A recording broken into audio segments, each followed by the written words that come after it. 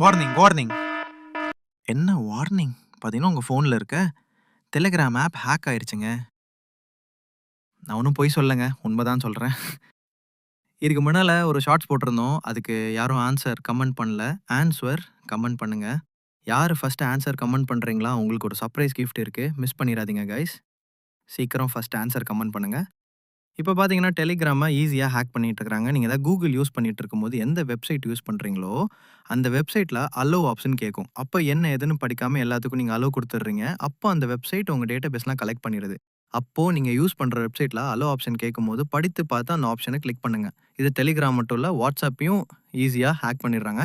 எனக்கு தெரிஞ்ச ஒரு அண்ணாக்கும் இதே மாரியே நடந்துச்சு.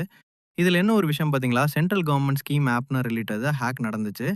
ஹேக் நடந்த உடனே அவரோட WhatsApp இருக்கலாம் எல்லாத்துக்கும் அந்த லிங்க் இவரே அனுப்புனா மாரி போயிருச்சு. இவர் அந்த ஆப்ல எல்லா டீட்டெயில் குடுத்துட்டாரு. கடைசி 2 டீட்டெயில் குடுக்காம சப்மிட் குடுத்ததுனால ஜஸ்ட் தப்பிச்சாரு. இல்லன்னா அவர் அக்கவுண்ட்லேருந்து பணம்லாம் எடுத்திருப்பாங்க. பிப்ரவரி மந்த்ல கூட நம்ப ஜீ தமிழ் அண்ணன் சீரியல் ஹீரோ மிர்ச்சி செந்தில் அண்ணா கூட வீடியோ போட்டிருந்தாரு. 15,000 பணம் போயிருச்சுன்னு. இதே மாரி நாளைக்கு உங்களுக்கு நடக்கலாம். சப்போஸ் உங்களுக்கும் அந்த மாரி ஏதாவது ஹேக் ஆயிருச்சுன்னா, யாரும் பயப்பட வேணாம்.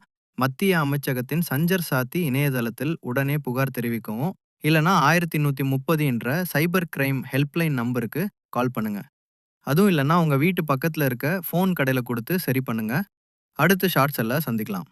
ஓகே. Bye bye subscribers. நான் உங்கள் கெத தமிழன். வரட்டா மாமே!